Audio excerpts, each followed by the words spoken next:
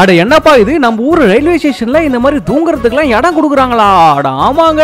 அன்னைக்கு ஒரு நாள் தேனி பஸ் ஸ்டாண்ட்ல வேர்க்கலை வாங்கி சாப்பிட்டுட்டு இருந்தேன். பக்கத்துல ஏதோ தெரிஞ்ச முகமா இருந்துச்சு. என்னன்னு பார்த்தா நம்ம நயன்தாரா அக்காவோட போட்டோவை எடுத்து டாய்லெட்டுக்கு வெளில ஒட்டி வச்சிருக்காங்க. அட என்னப்பா இது, நயன்தாரா அக்காக்கு வந்த சோதனைன்னு சொல்லிட்டு அங்கேருந்து பஸ்ஸை பிடிச்சி நேரா மதுரைக்கு போயிட்டு மதுரையிலேருந்து ட்ரெயினை பிடிச்சி நேரா சென்னைக்கு வந்து இறங்கிட்டேன். எக்மோர் ஸ்டேஷன்ல ஒரு போஸ்டர் ஒன்று பார்த்தேன். 1 மணி நேரம் வெயிட்டிங் ரூம் வெறும் 50 ரூபான்னு போட்டுருந்துச்சு. அட இது நல்லா இருக்கே, வயிற்று வேற கலக்கிற மாதிரி இருக்கு. போயிட்டு பாத்ரூம்லாம் போயிட்டு ஃப்ரெஷ் ஆயிட்டு வீட்டுக்கு போவோம் அப்படின்னு சொல்லிட்டு அங்க உள்ள போய் பார்த்தா நிறைய சோஃபாலாம் போட்டு வெயிட்டிங் ரூம் செமையா வச்சிருக்காங்க. சரி வந்த வேலையை பார்ப்போம் அப்படின்னு சொல்லிட்டு 50 ரூபா கூட்டு டோக்கனை வாங்கிட்டு பாத்ரூமுக்கு போலான்னு போய் பார்த்தா எல்லாருமே குளிச்சு ஃப்ரெஷ் ஆயிட்டு வெளில வராங்க. இங்க குளிக்கிறது கூட இடம் இருக்கு போலயே. பாத்ரூம்லாம் கூட ஓரளவு நல்லா தான் மெயின்டைன் பண்ணி வச்சிருந்தாங்க. போயிட்டு மூஞ்ச கழுவி ஃப்ரெஷ் ஆயிட்டு வெளியில வர்றப்ப பார்த்தா 2 சைடும் ஏதோ நிறைய கபோர்டு மாதிரி கட்டி வச்சிருந்தாங்க. என்னன்னு பார்த்தா தான் தெரியுது, இந்த ஃபாரின்லாம் இருக்குல்ல இந்த பாடுன்னு சொல்லுவாங்க, சின்ன சின்னதா ஸ்டே பண்ற மாதிரி ரூம், அது இங்கேயும் இருக்குப்பா. ஒரு ஆளுக்கு 100 ரூபா வாங்குறாங்க போல 1 மணி நேரத்துக்கு. இந்த மாதிரி விஷயம்லாம் இவ்வளவு நாள் தெரியாம இருந்திருக்கு பாருங்களேன். உள்ளேயே ட்ரெயினோட அனௌன்ஸ்மெண்ட்லாம் சொல்றாங்க.